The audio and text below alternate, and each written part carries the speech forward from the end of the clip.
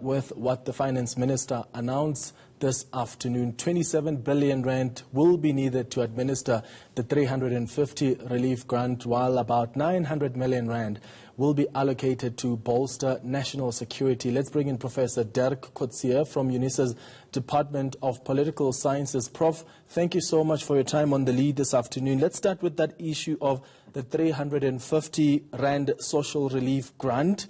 The minister saying that it's being pushed, as the president announced, to the end of the financial year next year. He says the president convinced them to move it beyond the 6 months, which was, my understanding, the proposal of Treasury. Could we see this as a precursor to the basic income grant? The minister was unable to say. He only said this is a debate we must continue to have. Well, I think it certainly becomes almost a de facto form of that. It will obviously have to go through Parliament in order to formalize it. But I think it is the beginning of such a process. It's obviously, I don't think it will be far not enough as a basic income grant, but it will still be already, the principle will be established. And I think what we are seeing is a de facto development that is going in that direction. Together, I would say, with some of the other components of the relief package. For example, the SASSA, the unemployment insurance fund, and all of them together, if we look at it as a package almost, then it certainly, this is becoming the philosophy or the policy of government.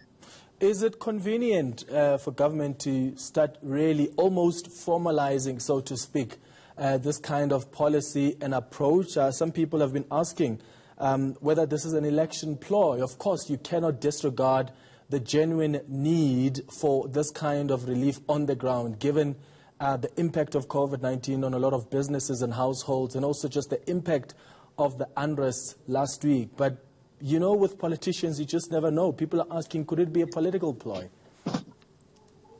Well, you can never take out the politics out of these situations. So it is inevitable. It's a component of that. But this idea of the different relief grants, the different social security grants by SASSA and others, the idea of a basic income grant, it's something which is in the pipeline for quite some time, not only a year or so. It's an ongoing debate.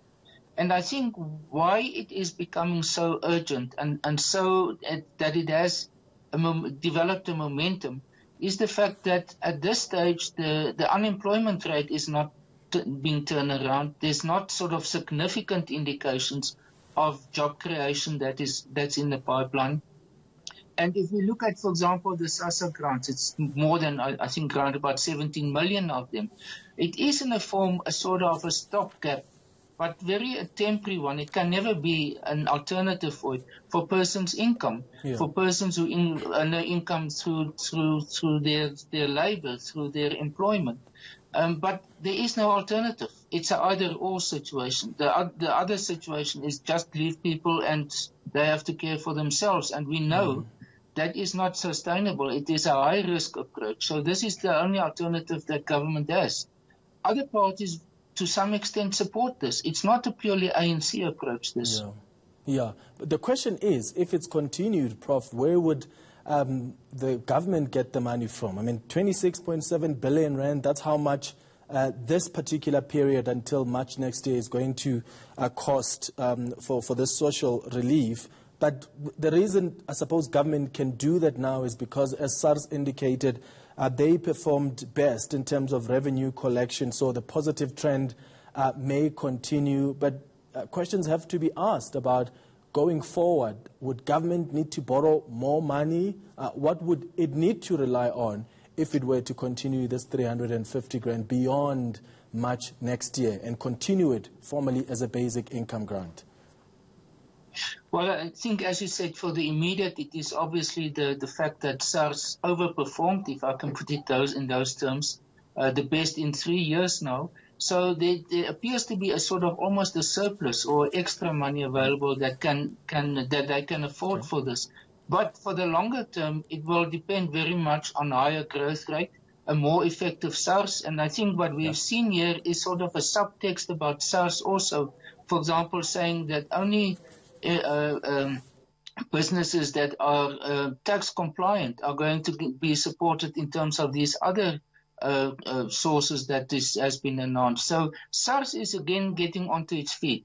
As an institution, it has been rehabilitated almost, if I can put it in those terms.